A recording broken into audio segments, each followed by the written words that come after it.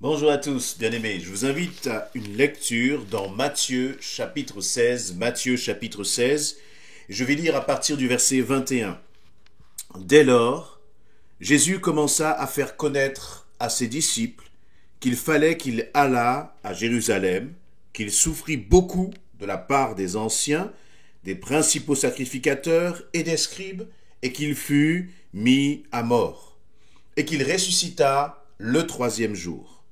Pierre, l'ayant pris à part, se mit à le reprendre et dit : « À Dieu ne plaise, Seigneur, cela ne t'arrivera pas. » Mais Jésus, se retournant, dit à Pierre : « Arrière de moi, Satan, tu mets en scandale, car tes pensées ne sont pas les pensées de Dieu, mais celles des hommes. » Alors Jésus dit à ses disciples, si quelqu'un veut venir après moi, qu'il renonce à lui-même, qu'il se charge de sa croix et qu'il me suive. Amen.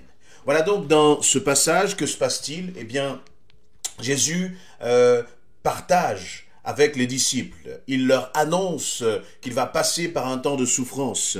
Il leur annonce qu'il va souffrir, qu'il va être crucifié, mais qu'il va ressusciter le troisième jour. Et donc, face à cette nouvelle, les disciples vont, et notamment, il nous est dit Pierre va prendre à part Jésus. Et il nous est dit qu'il va le reprendre. Pierre voudra comme corriger ce que Jésus va dire.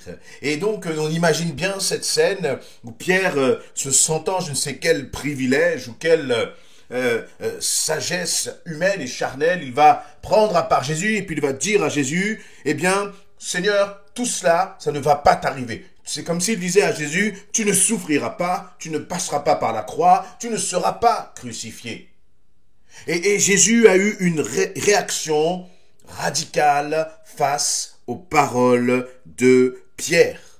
Jésus va dire cette parole même qui peut nous paraître choquante. Verset 23, « Arrière de moi, Satan, tu mets en scandale, car tes pensées ne sont, ne sont pas les pensées de Dieu, mais celles des hommes. » Tes pensées ne sont pas celles de Dieu, mais celles des hommes. Et c'est intéressant, je voudrais qu'on puisse réfléchir quelques instants justement sur ces paroles de Jésus. Premièrement, lorsque Jésus va dire à Pierre, arrière de moi Satan, il ne dit pas que Pierre était possédé. Bien sûr que non, Pierre n'était pas possédé. D'ailleurs, si on regarde un peu le contraste qui s'établit, quelques versets plus haut, je crois dans, dans les versets 16 ou 17, eh bien, Jésus va poser la question aux disciples en leur disant, mais qui dit-on que je suis ? Et Pierre, il va y avoir plusieurs réponses et Pierre va répondre, tu es le Christ, le Fils du Dieu vivant. Et donc, le Seigneur va répondre à Pierre, eh bien, ce que tu dis là, c'est pas la chair et le sang qui te l'ont révélé, mais c'est mon Père qui est dans les cieux qui t'a révélé cette pensée. C'est-à-dire que Pierre avait eu comme cette révélation du Saint-Esprit que Jésus-Christ était le Messie. Il avait eu cette révélation que Jésus était le Christ, le Fils du Dieu vivant. Et c'est vraiment une révélation du Saint-Esprit, c'est ce que Jésus va dire. Et là, quelques versets plus loin, ce même Pierre qui avait eu cette révélation, c'est ce même Pierre à qui Jésus va parler de façon extrêmement sévère en lui disant « Arrière de moi, Satan, tu mets en scandale. » Tu mets en scandale. Et je le disais, ce n'est pas que Pierre était possédé, non, pas du tout. Mais ce que je comprends à travers ces paroles-là, c'est que, eh bien, Pierre avait comme une... il avait écouté sa chair. Il avait écouté sa propre façon de penser. Et je regardais là justement dans une autre version, dans la Bible en français courant, et il nous est dit, dans ce verset 23, Jésus se retourna et dit à Pierre, « Va-t'en, passe derrière moi, Satan.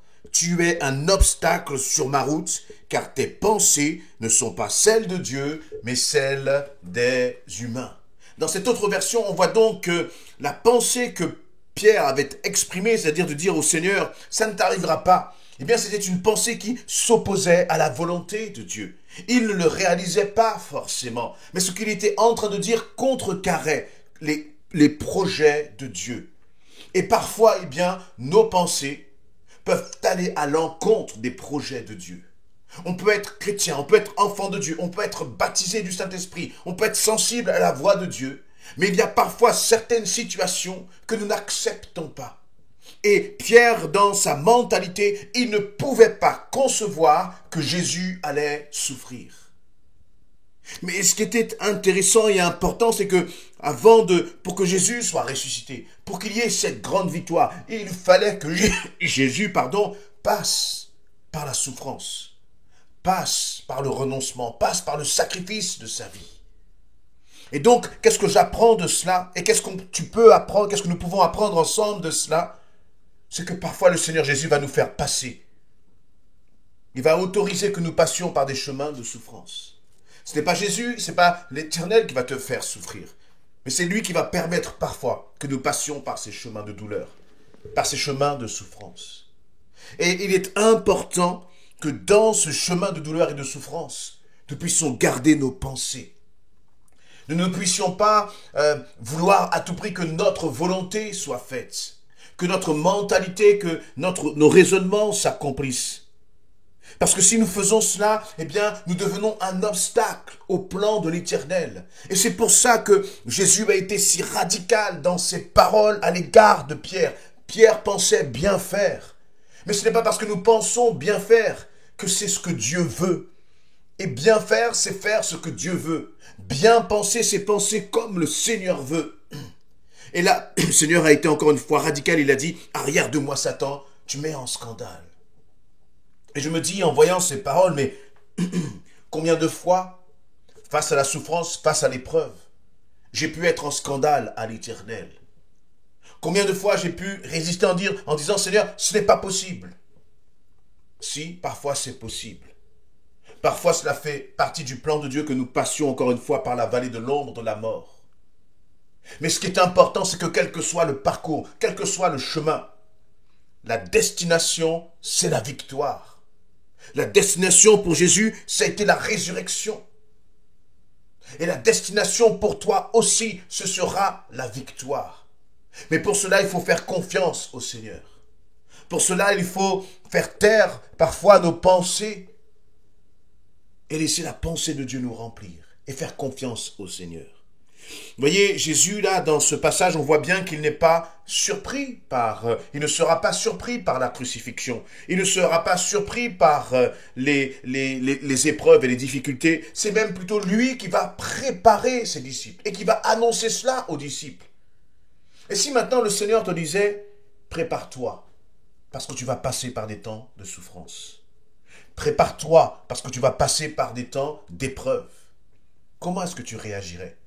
Est-ce que tu crierais à Dieu, non, ce n'est pas possible? Ou est-ce que, au contraire, tu demanderais au Seigneur, Seigneur, donne-moi la force de tenir dans cette épreuve qui va être devant moi sur mon chemin. Et je crois que cette parole, elle s'adresse à toi à titre individuel, personnel, mais elle s'adresse aussi à l'Église. Elle s'adresse aussi à l'Église. Nous sommes dans les temps de la fin. Et dans les temps de la fin, je l'ai dit à plusieurs reprises, eh bien, il faut se préparer et prier dans le sens, Seigneur, permets-moi de rester ferme. Il se peut que demain nous entrions dans un temps de guerre dans notre pays. Il se peut que demain il y ait encore d'autres maladies, d'autres épidémies, des dérèglements climatiques. Qu'allons-nous faire? Comment allons-nous réagir? Allons-nous crier, Seigneur, arrête tout cela? Ou est-ce que nous allons crier, Seigneur, je veux demeurer dans la paix, même à travers tout cela? Jésus savait qu'il devait passer par la croix. Et d'ailleurs, juste après, il va dire au verset 24, « Si quelqu'un veut venir après moi, qu'il renonce à lui-même et qu'il se charge de sa croix. » Et donc Jésus est en train non seulement de partager à ses disciples le chemin qu'il va traverser, mais aussi en train de leur dire, vous aussi, vous aurez votre croix à porter. Vous aussi, vous devrez passer par des temps de souffrance et de sacrifice à cause du nom de Jésus-Christ. Et moi, Jésus, je me pose là en modèle et je vous montre comment traverser ces moments d'épreuve. Et vous aussi, vous devez m'imiter, qui êtes mes disciples. C'est ce que Jésus est en train de dire à Pierre, est en train de dire aux autres disciples. Mais attention, que nos pensées ne deviennent pas des obstacles à la volonté de Dieu. Et c'est exactement ce que je partageais dans la version en français courant qui nous dit ceci, dans le verset 23 que je reprends, « Va-t'en, passe derrière, Satan ». C'est ce que Jésus va dire à Pierre. « Tu es un obstacle sur ma route, car tes pensées ne sont pas celles de Dieu, mais celles des êtres humains. » Seigneur, que nos pensées soient vraiment alignées avec tes pensées. Parce que nous pouvons parfois avoir de bonnes intentions. Mais si nos bonnes intentions, elles sont charnelles, elles sont humaines, eh bien, elles s'opposeront à la volonté de Dieu. Et laissez-moi vous dire que Dieu ne tergiverse pas. Dieu ne négocie pas avec nous. Si nos pensées sont à l'encontre des pensées de Dieu, Dieu les écarte de façon radicale. C'est à nous de nous soumettre aux pensées du Tout-Puissant. C'est à nous de nous soumettre au projet du Dieu souverain, et pas le contraire. Parce que ces projets sont bons pour nos vies. Et donc, ne soyons pas de ceux qui allons réagir avec nos sentiments, ne soyons pas de ceux qui allons réagir avec notre mentalité, mais soyons plutôt de ceux qui cherchons, même dans l'épreuve, même dans la difficulté, à dire « Seigneur, qu'est-ce que tu veux m'apprendre? Qu'est-ce que tu veux me dire? Je te fais confiance parce que je sais que c'est toi qui auras le dernier mot dans ma situation. Et c'est toi, Seigneur éternel, mon Dieu, qui manifestera ta gloire. » Jésus avait dit, il leur avait annoncé qu'il ressusciterait le 3e jour. Pour toi aussi, si tu fais confiance au Seigneur, il y aura un 3e jour. Il y aura un jour de la victoire. Amen.